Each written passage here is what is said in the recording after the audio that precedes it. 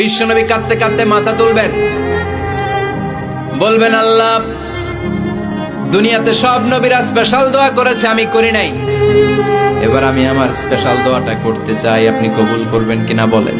আল্লাহ বলবেন, নবী কি আপনার দোয়া বলেন? বিশ্বনবী বলবেন, আমার একটা উম্মত যার অন্তরের মধ্যে যাররা পরিমাণ ঈমান আছে, একবার আপনারে আল্লাহ বলে ডেকেছে, একবার আমি বিশ্বনবীর উপর দুরূদ পড়েছে, একবার শাহাদাতের বাণী আমার যে গুনাহগার উম্মত দুনিয়ার বুকে থেকে ঘোষণা দিয়েছে, ওই একটা উম্মত যদি জান্নাতে ঢুকতে না পারে, আপনি আমারে জান্নাতে ঢুকাতে পারবেন না।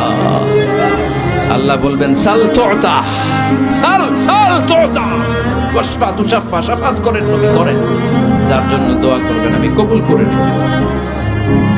দুনিয়াতে বিশ্বনবী কম কষ্ট সহ্য করে নাই। 3 বছর শিয়াবে আবি তালেবে জেল খেটেছে। কয় বছর? দুর্ভিক্ষের বছরগুলোতে বিশ্বনবীর পেটে দানা পানি ছিল না। কলিজার টুকরা হাসান হুসাইন কই মাছের মতো ছটফট করেছে, জামিনে ক্ষুধার জ্বালায় বেহুশ হয়েছিল। বিশ্বনবী যদি ওই স্পেশাল দোয়াটা করতেন, জান্নাত থেকে খাবারের বস্তা পাঠিয়ে দিত কে? ওই দোয়া করছিলেন? জেলখানায় আল্লাহরে বলছিলেন, আল্লাহ স্পেশাল দোয়া করলাম, জেল থেকে মুক্ত করে দেন, করছিলেন? যুদ্ধের ময়দানে নিজের দাঁত ভেঙেছে, উহুদের ময়দান সাক্ষী, বিশ্বনবীর মুবারক রক্তে উহুদের ময়দান রঞ্জিত হয়েছে। সেদিনও বিশ্বনবী ওই দোয়াটা করে নাই। চিল্লায় বলেন ঠিক কি না? তায়েফের ময়দানে বিশ্বনবী কয়েকটা জায়গায়, 3 জায়গায় বেহুশ হলেন।